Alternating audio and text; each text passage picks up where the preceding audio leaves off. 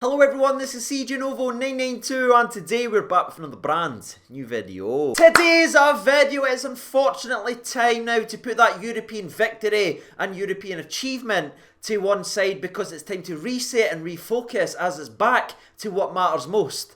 That's league football and we're up against a spirited Ross County side. Cheap plug as always, but if you enjoy the channel, why not help the channel out by hitting that subscribe button. It's free, doesn't cost you a penny, and it just helps us on our way to hopefully one day reaching 55k. But cheap plugs and all that malarkey to one side, let's get on with the video then, shall we? And just diving right into the old oppositional preview, we face a Ross County side that are currently sitting in the 9th spot in the league. And you know what's absolutely mental? Every single person that's clicking on today's video knows what Ross County's last game was as they comfortably bet Celtic 2-0 at Parkhead. We can relate to that. But if you look beyond that game and actually see how Ross County are playing as a football team, it's actually pretty shocking as they have no wins in the last 7 league matchups, and you have to go all the way back to September the 19th for the last time they actually won a game in the league. Which, if I'm being honest, is a real surprise to me because I look at this Ross County side as having everything it takes to be successful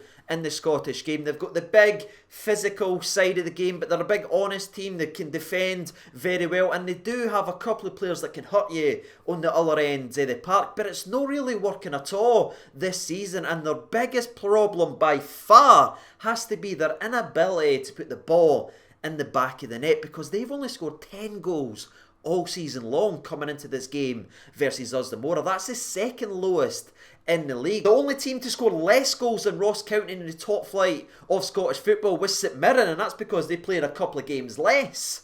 You know, a couple of games less before they were forced to forfeit them. But back to Ross County then, shall we? Despite everything I've said so far in the preview being very, very encouraging for me to read, break down and say in today's video, and I'm sure it is for a lot of people watching today's video to actually hear, I still didn't think this game is going to be a straightforward session for our Rangers players because I look at this Ross County team and I see no egos, I see players that's willing to roll their sleeves up, do the dirty work and work hard for each other, and where, yes, their inability to score goals is hurting them this season, the majority of that is because how defensively they set up, especially against the bigger teams in the actual league, and there's no bigger team than Rangers Football Club, so we all know exactly what type of game plan they're going to try and employ in this game versus us. They're not going to be setting up to try and win this game of football. Nah. They'll be setting up trying not to lose it, and that right there is always a tough cookie to crack. Did I say tough cookie to crack there instead of tough nut? Oh, I'm getting worse, man. Anyway, moving on. As we mentioned at the start of today's video, this is a spirited Ross County side that is really feeling a bounce after their most recent game. Now, we've kind of touched around it, we've kind of had a wee bit of a joke about it, but let's be brutally honest, that was a fantastic victory for Ross County where they as a team just wanted it more and just out-battled Celtic at Parkhead, and full credit to them. Every single one of their players played out their skin there because no one was giving them a hope in that game of football, but they showed everyone that if you want it, you can actually go and get it, and they certainly did that at Parkhead, and that victory right there is probably coming at the worst time it could ever possibly come as they're now coming in to play against Rangers because they've just bet one of the Old Firm. Now they're targeting another shocker, another slowdown of another Old Firm side, and that's what a lot of the noise is from that camp, taking that victory versus Celtic, taking that belief and positivity and taking it into this game versus Rangers where, I've got to be honest, I hope they didn't.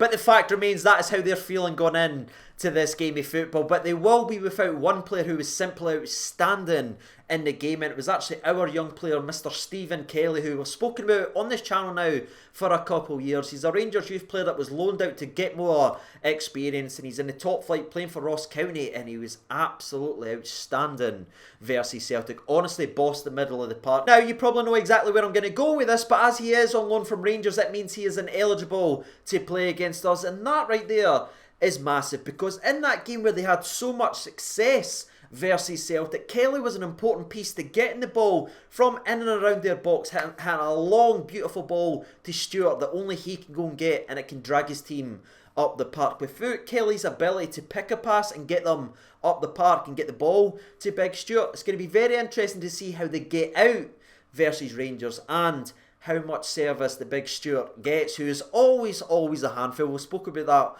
that over the years right here on the channel, but that was peak Stuart versus Celtic. Absolutely ran that defence ragged, and he'll be looking to do the same versus Connor Goldson and Balogun. But again, how's he going to cope without that service from Kelly? That could be an interesting feature in the actual game. And you know what, that's us kind of done and dusted with the Ross County preview. They're a big, physical, honest side who will be trying to make it difficult and who will be well and truly parking the bus versus Rangers. But as they've showed this season, and they showed in the previous game versus Rangers, if you can breach that defence and get in goal, there's usually another goal to follow that, and hopefully more goals as the game actually goes on. But aye, the first goal is going to be absolutely vital in this game, and let's just hope it comes early so we can all have a wee bit less grey hairs by the time the clock hits 90. And now that we've had our say on Ross County, let's flip over and talk about Rangers then, shall we? Because there's some important things to talk about. And right off the bat, I just want to kind of talk about something that I feel like gets a little bit overlooked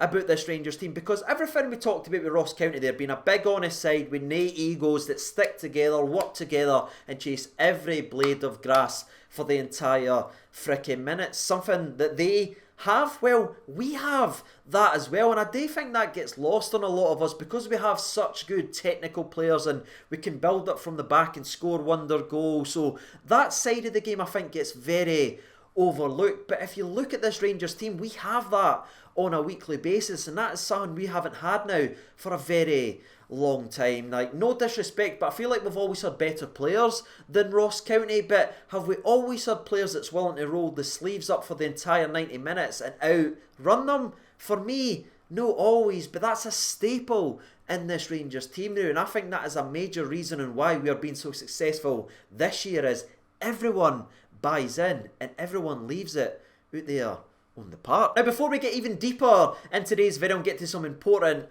Rangers team news, I just want to take a wee brief moment to give a wee tip to the cap to Steven Gerrard, who has once again won Manager of the Month. That's back-to-back months now for the gaffer, and he's won 3 of the 4 Manager of the Month awards given out this season, which is absolutely spot on. But he's just so fully class. He never ever takes the credit for himself. He continuously says it's a team effort, and even in his picture that you can throw up there, he wanted to get the coaching staff involved, and the man just oozes class. Someone else that oozes class, by the way, is the player that went ahead and won Player of the Month. Now, if you don't know the answer already, can you guess who actually went ahead and won the award? I'll give you a wee hint. He's played 24 games, he has 15 goals, and he has 10 assists to his name. That's right, it's none other than the captain, who is completely deserving of this award in my personal opinion, and both him and Gerrard are just at the top of their game right now, and long may that continue. And regarding these photos, by the way, can we just say how classy it is that Katic was willing